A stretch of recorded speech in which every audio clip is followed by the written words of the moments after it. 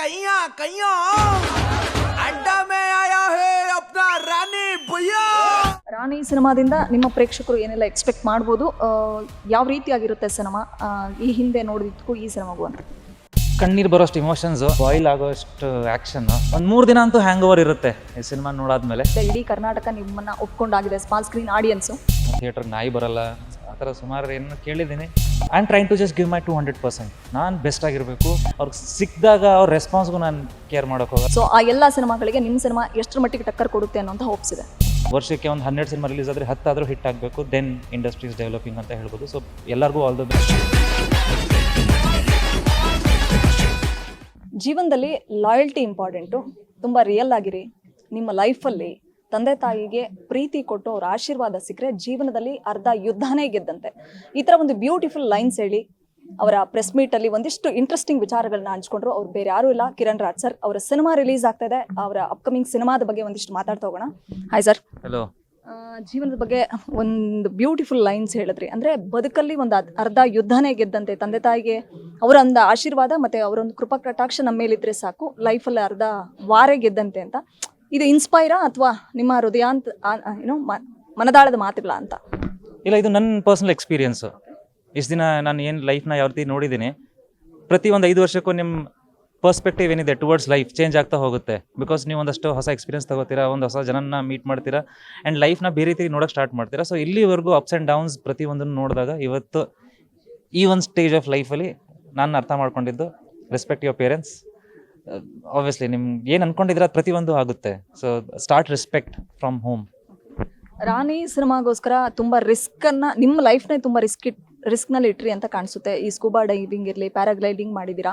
So ಆ ಥರ ಲೈಫ್ನ ರಿಸ್ಕಲ್ಲಿಟ್ಟು ತುಂಬ ಜನ ಕೆಲಸ ಮಾಡೋದು ಸಿನಿಮಾಗೋಸ್ಕರ.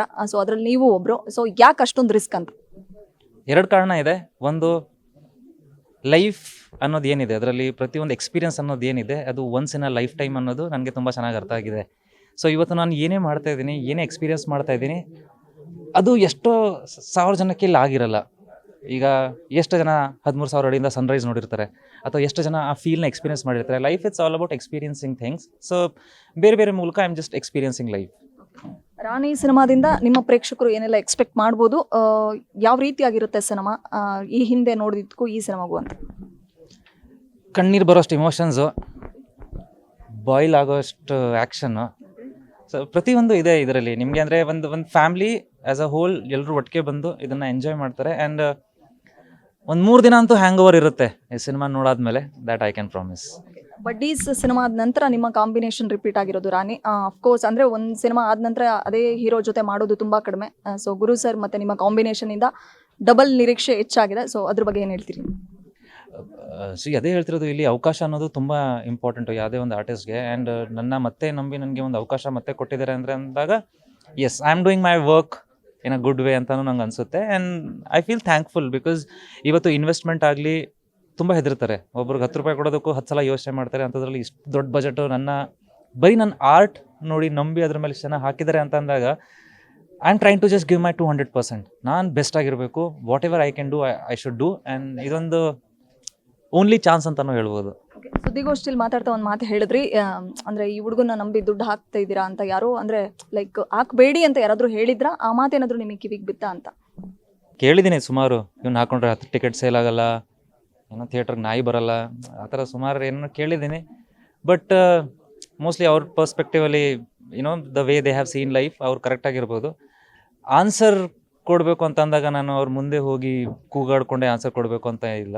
ಅವ್ರ ಥಿಯೇಟ್ರಲ್ಲೇ ಸಿನಿಮಾ ಓಡಿದಾಗ maybe they'll get the answer. Okay, ಆ ಥರದ ಆನ್ಸರ್ನ ಈ ಹಿಂದಿನ ಸಿನಿಮಾಗಳಲ್ಲಿ ತಾವು ಕೊಟ್ಟಿದ್ದೀರಾ? ಯಾಕಂದರೆ ಸ್ಮಾಲ್ ಸ್ಕ್ರೀನಲ್ಲಿ ತಾವೇನು ಅನ್ನೋದು ಪ್ರೂವ್ ಆಗಿದೆ. ಇಡೀ ಕರ್ನಾಟಕ ನಿಮ್ಮನ್ನು ಒಪ್ಕೊಂಡಾಗಿದೆ, ಸ್ಮಾಲ್ ಸ್ಕ್ರೀನ್ ಆಡಿಯನ್ಸು. ಸೊ ಬೆಳ್ಳಿತೆರೆಯಲ್ಲೂ ಕೂಡ ಆ ಕೆಲಸಗಳಾಗಿದೆ ಇಲ್ಲಿವರೆಗಿನ ಸಿನಿಮಾಗಳಲ್ಲಿ. ರಾಣಿ ಸಿನಿಮಾದಿಂದ ಅದಕ್ಕಿಂತ ಮೀರಿದಂಥ ಯಶಸ್ಸು ಸಿಗ್ಬೋದಾ? ಯಾರ್ಯಾರಿಗೆ ಉತ್ತರ ಕೊಡಬೇಕು ಅದಕ್ಕೆ ರಾಣಿ ಉತ್ತರ ಆಗುತ್ತಾ ಅಂತ? ನಾನು ತುಂಬ ಫ್ರ್ಯಾಂಕ್ಲಿ ಹೇಳಬೇಕು ಅಂದರೆ, ನಾನು ಲಿಟ್ರಲಿ ಯಾರಿಗೂ ಉತ್ತರ ಕೊಡಬೇಕು ಅಂತ ಕೆಲಸ ಮಾಡ್ತಾ ಇಲ್ಲ. ನನಗೆ ನನ್ನ ಬದುಕನ್ನ ಬೇರೆ ಲೆವೆಲ್ಗೆ ತಗೊಂಡು ಹೋಗಬೇಕು ಅಂತ ಇದೆ. ನನ್ನ ಏನು ಪ್ರೀತಿ ಮಾಡ್ತಿದ್ದಾರೆ, ಇಷ್ಟಪಡ್ತಿದ್ದಾರೆ, ಅದಕ್ಕೊಂದು ನ್ಯಾಯ ಕೊಡಬೇಕು ಅಂತ ಇದೆ. So I am working towards that. ಅದು ಮಾಡ್ತಾ ಅವ್ರು ಎಲ್ಲರಿಗೂ ಉತ್ತರ ಸಿಗುತ್ತೆ ಅಂತಲೂ ಗೊತ್ತಿದೆ. ಅವ್ರಿಗೆ ಸಿಕ್ಕಿದಾಗ ಅವ್ರ ರೆಸ್ಪಾನ್ಸ್ಗೂ ನಾನು ಕೇರ್ ಮಾಡೋಕ್ಕೆ ಹೋಗಲ್ಲ. Because my work is done. Rani cinema August 30 cinema release ಆಗ್ತಾ ಇದೆ. ಕಾಂಪಿಟೇಷನ್ಸ್ ಇದೆ, ತುಂಬ ಸಿನಿಮಾಗಳು ಬರ್ತಾ ಇದೆ ಅದೇ ಮಂತಲ್ಲಿ. ಸೊ ಆ ಎಲ್ಲ ಸಿನಿಮಾಗಳಿಗೆ ನಿಮ್ಮ ಸಿನಿಮಾ ಎಷ್ಟರ ಮಟ್ಟಿಗೆ ಟಕ್ಕರ್ ಕೊಡುತ್ತೆ ಅನ್ನೋಂಥ ಹೋಪ್ಸ್ ಇದೆ? ಟು ಬಿ ವೆರಿ ಫ್ರ್ಯಾಂಕ್, ಯಾರಿಗೂ ಟಕ್ಕರ್ ಕೊಡೋದು ಬೇಡ, ಎಲ್ಲರ ಸಿನಿಮಾನು ಚೆನ್ನಾಗಿ ಓಡಲಿ. ಬಿಕಾಸ್ ಇಂಡಸ್ಟ್ರಿಗೆ ಆ್ಯಸ್ ಅ ಹೋಲ್ ಸಿನಿಮಾ ಓಡಬೇಕಾಗಿದೆ. ಯಾವುದೋ ಒಂದು ಸಿನಿಮಾ ಎಲ್ಲೋ ಒಂದು ಗೆದ್ದರೆ ಇಂಡಸ್ಟ್ರಿಗೆ ಒಳ್ಳೇದಾಗಲ್ಲ. ಪ್ರತಿಯೊಬ್ಬರು ಸಿನಿಮಾ ಗೆದ್ದಾಗಲೇ ಪ್ರಾಬಬಿಲಿಟಿ ಆಫ್ ವಿನ್ನಿಂಗ್ ಜಾಸ್ತಿ ಆಗುತ್ತೆ. ಸೊ ನಮ್ಮ ಇಂಡಸ್ಟ್ರಿಗೆ ಸದ್ಯಕ್ಕೆ ಬೇಕಾಗಿರೋದು ಅದು. ನಾವು ತಿಂಗಳಿಗೆ 4 ಸಿನಿಮಾದಲ್ಲಿ ಕಾಂಪಿಟೇಷನ್ನು, ಅದರಲ್ಲಿ ಯಾವುದೋ ಒಂದು ಗೆದ್ದರೆ ಆಗಲ್ಲ. ವರ್ಷಕ್ಕೆ ಒಂದು 12 ಸಿನಿಮಾ ರಿಲೀಸ್ ಆದರೆ 10 ಆದರೂ ಹಿಟ್ ಆಗಬೇಕು, ದೆನ್ ಇಂಡಸ್ಟ್ರಿ ಇಸ್ ಡೆವಲಪಿಂಗ್ ಅಂತ ಹೇಳ್ಬೋದು. ಸೊ ಎಲ್ಲರಿಗೂ ಆಲ್ ದ ಬೆಸ್ಟ್. ಆ್ಯಂಡ್ ಪ್ರತಿಯೊಬ್ಬರು ಅಷ್ಟೇ ಕಷ್ಟಪಟ್ಟಿರ್ತೀರಾ, ಅಷ್ಟೇ ಎಫರ್ಟ್ ಹಾಕಿರ್ತೀರಾ. ಸೊ ಎಲ್ಲರ ಸಿನಿಮಾ ಗೆಲ್ಲಿ, and all the very best everyone. Guarantee news, ಸುದ್ದಿ ಖಚಿತ, ನ್ಯಾಯ ನಿಶ್ಚಿತ.